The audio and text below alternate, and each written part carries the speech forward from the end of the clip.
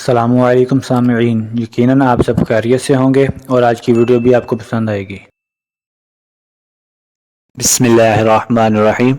آج کی ویڈیو میں حضرت عیسیٰ علیہ السلام کے ہاتھوں دجال کے آنے کا خاتمہ اور قیامت کی چند نشانیوں کے متعلق بات کی جائے گی۔ اس ویڈیو کو آخر تک ضرور دیکھیے گا اور چینل کو سبسکرائب ضرور کیجیے گا، شکریہ۔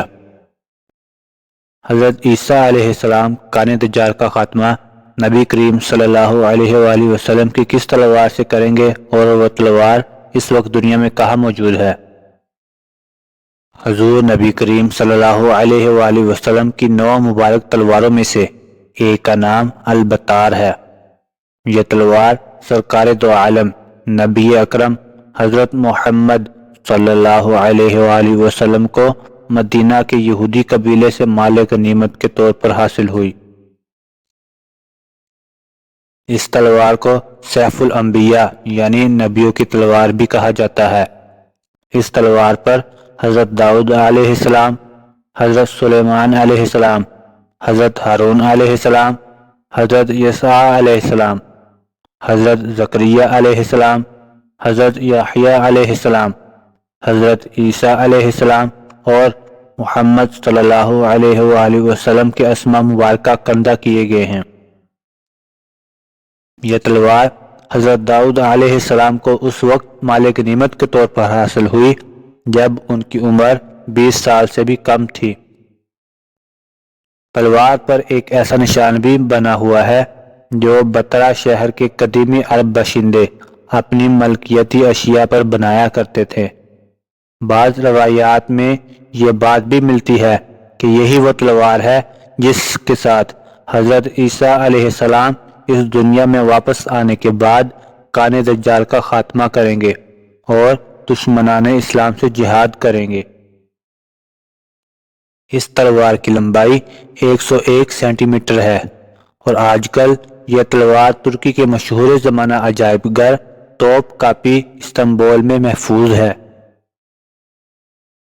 دجال کے خاتمے کے بعد حضرت عیسیٰ علیہ السلام اسی حال میں ہوں گے کہ اچانک اللہ تعالیٰ کی طرف سے ان کے پاس یہ وحی آئے گی کہ میں نے ایسے بندے پیدا کیے ہیں جن سے لڑنے کی قدرت و طاقت کوئی نہیں رکھتا۔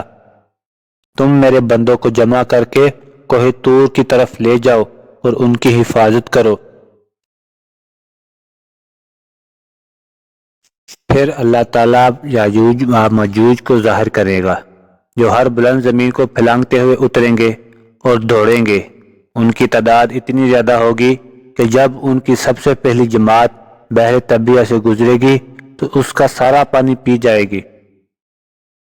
پھر اس جماعت کے آنے کے بعد والی جماعت وہاں سے گزرے گی تو بحر طبریہ کو خالی دیکھ کر کہے گی اس میں بھی کبھی پانی ہوا کرتا تھا۔ اس کے بعد یاجوج و ماجوج آگے بڑھیں گے یہاں تک کہ جبل خمر تک پہنچ جائیں گے جو کہ بیت المقدس کا ایک پہاڑ ہے، اور ظلم و غارت گری، اذیت رسانی اور لوگوں کو پکڑنے قید کرنے میں مشغول ہو جائیں گے اور پھر کہیں گے کہ ہم نے زمین والوں کو ختم کر دیا، چلو آسمان والوں کا خاتمہ کر دیں۔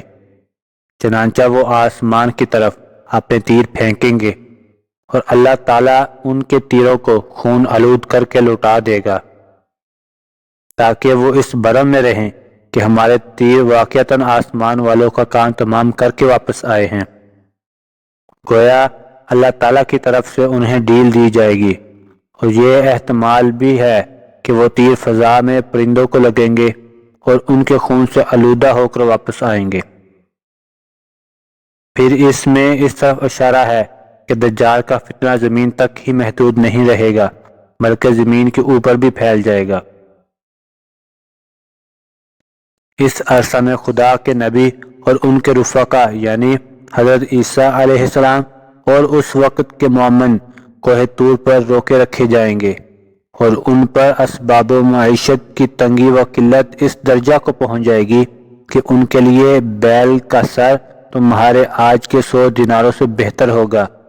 جب یہ حالت ہو جائے گی تو وہ اللہ تعالیٰ کے نبی حضرت عیسیٰ علیہ السلام اور ان کے ساتھی یاجوج و ماجوج کی ہلاکت کے لیے دعا و زاری کریں گے۔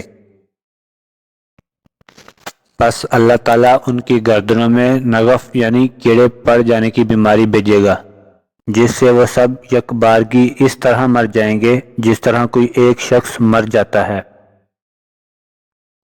یعنی نغف کی بیماری کی شکل میں ان پر خدا کا قہر اس طرح نازل ہوگا کہ سب کے سب ایک ہی وقت میں موت کے گھاٹ اتر جائیں گے۔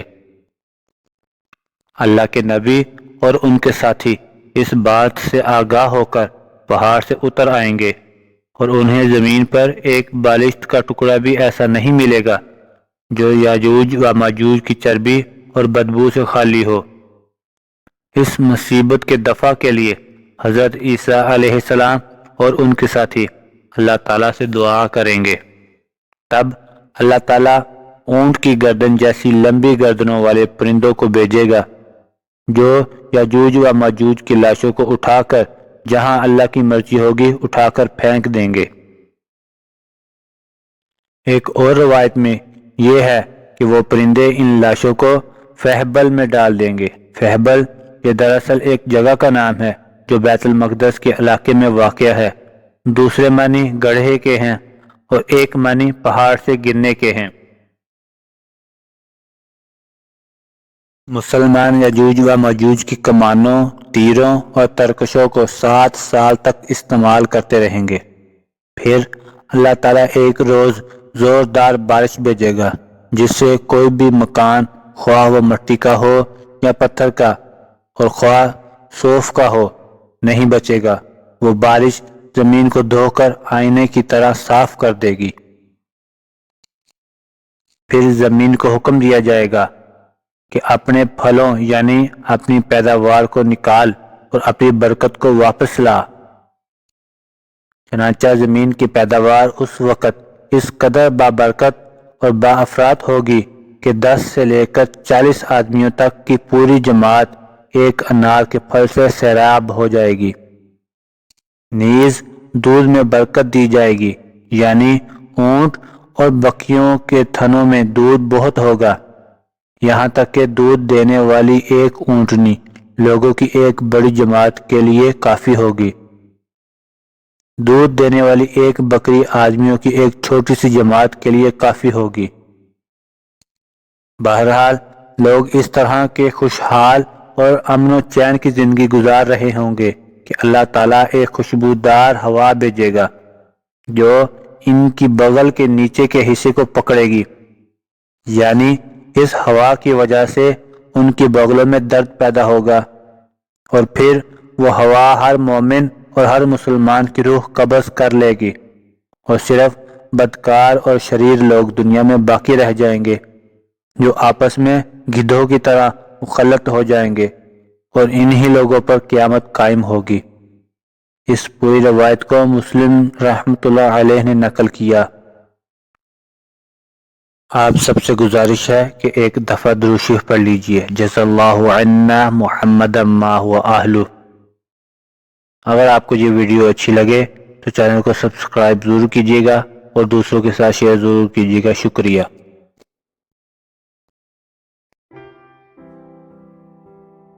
اس ویڈیو کو لائک کریں، شیئر کریں، کمنٹ کریں، خود بھی سبسکرائب کریں اور دوستوں کو بھی سبسکرائب کرنے کا کہیں۔ شکریہ۔